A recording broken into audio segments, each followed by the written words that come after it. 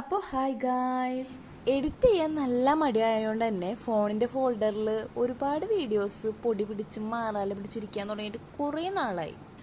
അതൊക്കെ ഒന്ന് എടുത്ത് തൂത്ത് വൃത്തിയാക്കി എഡിറ്റ് ചെയ്ത് ഇടാന്ന് വെച്ചിറങ്ങിയതാണ് ഞാനിന്ന്. കുന്തം പോയി കഴിഞ്ഞാൽ കുടത്തിലും തപ്പണം എന്നല്ലേ ശാസ്ത്രം. അങ്ങനെ തപ്പിയെടുത്ത വീഡിയോ ആണ് ഇത്. അറിഞ്ഞുകൊണ്ട് തപ്പിയെടുത്ത വീഡിയോ അല്ല, അറിയാതെ തപ്പിയപ്പോൾ കിട്ടിയ വീഡിയോ ആണ്. ഏകദേശം ഈ വീഡിയോയ്ക്ക് 1.5 വർഷം പഴക്കമുണ്ട്. സത്യം പറഞ്ഞു കഴിഞ്ഞാൽ എൻ്റെ കല്യാണത്തിന് മുന്നുള്ള വീഡിയോ ആണ്. ഈ യൂട്യൂബ് ചാനൽ ഉണ്ടാക്കണതിന് മുന്നുള്ള വീഡിയോ ആണോ? അല്ലല്ല, ഈ യൂട്യൂബ് ചാനൽ ഫസ്റ്റ് വീഡിയോ ഇടുന്നതിന് മുന്നുള്ള വീഡിയോ ആണ് ഇത്. യൂട്യൂബ് ചാനൽ ഇടാൻ വേണ്ടിയിട്ട് ഉണ്ടാക്കിയ വീഡിയോ അല്ല കേട്ടോ. ഞാൻ ഇൻസ്റ്റയിൽ റീൽസോ സ്റ്റോറിയോ ഷെയർ ചെയ്യാൻ വേണ്ടിയിട്ട് വീഡിയോ ഇൻഷോട്ടിലിട്ട് എഡിറ്റ് ചെയ്ത് വീഡിയോ ഉണ്ടാക്കുന്ന പരിപാടിയൊക്കെ അന്നേ ഉണ്ട് നമുക്ക്.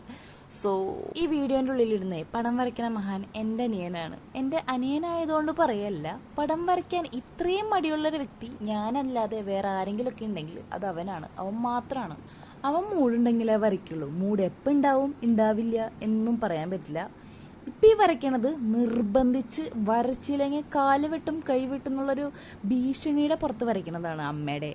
ഈ ഭീഷണി ഉന്നയിച്ചത് കുറച്ച് വർഷം പിറകിലോട്ട് പോകണം. തുടക്കത്തിന്റെ ആവശ്യത്തിലാണ് അവൻ മയിലിനെ വരയ്ക്കുന്നത്.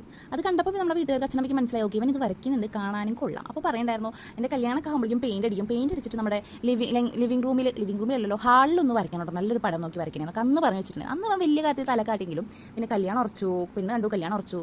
ഇവൻ ഇത് ആയിട്ട് ഒരു അനങ്ങാപ്പാറില്ല. അവസാനമാണ് അമ്മ ഭീഷണിയുടെ സ്വരം വരയ്ക്കുന്നത്. നിന്നോടൊന്ന് വരയ്ക്കാൻ പറഞ്ഞില്ലെന്നൊക്കെ പറഞ്ഞിട്ട് ഭീഷണിയുടെ സ്വരത്തിലാണ് അവസാനം അവൻ ഓക്കെ വാക്കും അന്നേ അവൻ പറഞ്ഞതാണ് ഓക്കെ വരയ്ക്കാൻ ചെയ്യാമെന്ന് പറഞ്ഞും പോയി. ഇനി ഒഴിവാകാനും പറ്റാത്ത അവസ്ഥയിലാണ് പുള്ളിക്കാരൻ. ഏകദേശം എൻ്റെ കല്യാണം സെപ്റ്റംബർ 7 തീയതി.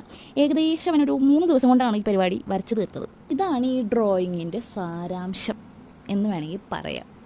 അപ്പോൾ അത്രയ്ക്കുള്ളൂ ഗൈസ്. വീഡിയോ ഇഷ്ടപ്പെട്ടു കഴിഞ്ഞാൽ ലൈക്ക് ചെയ്യുക, സബ്സ്ക്രൈബ് ചെയ്യുക, സപ്പോർട്ട് ചെയ്യുക. ബൈ.